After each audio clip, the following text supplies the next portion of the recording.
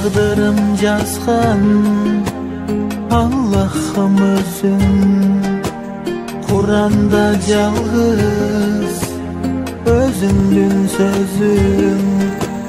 намазың оқуй мұсылман құлың атқарып быйық шариат жолын сынону берүүчү жалғыз Аллах чыдайын сынооруңа мен Аллах насип ете көр бейишиң мага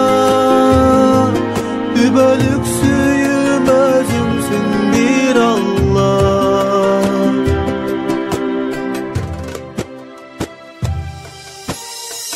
эй мусулман Алланы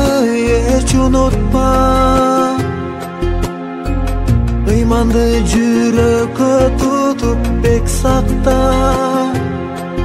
Кырбайлыкка алданып, маңкурт болуп калбагын, алда болсо